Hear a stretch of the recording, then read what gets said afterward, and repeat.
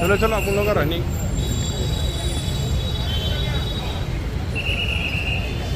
चला पुढे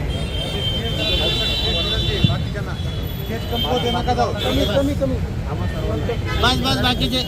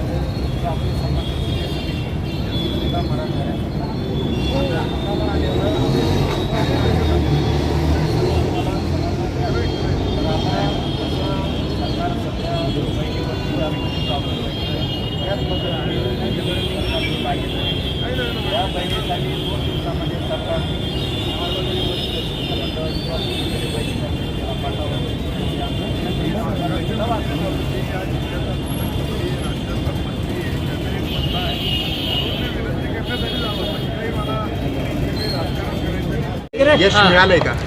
नाही, आता आम्ही त्यांना विनंती केली. शेवटी त्यांची मागणी जी आहे त्या मागणीप्रमाणे सन्माननीय मुख्यमंत्री महोदयाला, उपमुख्यमंत्री महोदयाला मी ही सर्व जी काही आज त्यांना विनंती करण्यासाठी मी आलो, त्यांच्या मागणीचे पूर्ण पत्र घेतला.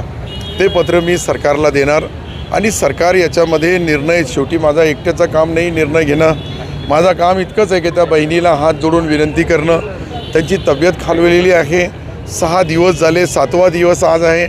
7 दिवसामध्ये काल आमचे या जिल्ह्याचे संभाजीनगरचे आमचे CP साहेब, कमिशनर महोदय, पोलीस कमिशनरने त्यांना विनंती केली, जिल्हाधिकाऱ्यांनी विनंती केली आणि त्यानुसार त्यांनी सलाईन घेतली, काही थोडा वार पाणी घेण्याचा प्रयत्न केला.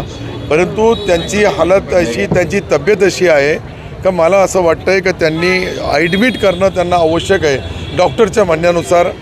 तर मी त्यांना विनंती केली. आता त्या विनंतीला मान देणार नाही. शेवटी त्यांची लढाई असेल. सन्माननीय जरंगे पाटील साहेब, मी यांच्याशी 4 तास त्या दिवशी 3.5 तास बोललो. त्यांच्याशीही चर्चा केली, यांच्याशीही चर्चा केली. मी या जिल्ह्याचा पालकमंत्री म्हणून, मराठवाड्याचा आणि राज्याचा मंत्री म्हणून ह्या ठिकाणची जी सध्याची परिस्थिती आहे हे मी मुख्यमंत्री, उपमुख्यमंत्री महोदयाला सर्व माहिती देणार आणि शेवटी निर्णय सरकार याच्यावर घेईल. त्यांच्याकडून माघार घेण्याचा प्रयत्न होतो. आता मी त्यांना पूर्ण चर्चा केली, त्यांना विनंती केली. त्यांनी सांगितलं की आम्हाला रिझर्वेशन जोपर्यंत कुणबी म्हणून मिळणार नाही तोपर्यंत मी उपोषण मागे घेणार नाही, असं त्या बहिणीची मागणी आहे. शेवटी आपण त्या बहिणीला इतकीच विनंती करणार की त्यांची तब्येतीनुसार त्यांनी उपचार घ्यावं, हॉस्पिटलमध्ये ॲडमिट व्हावं.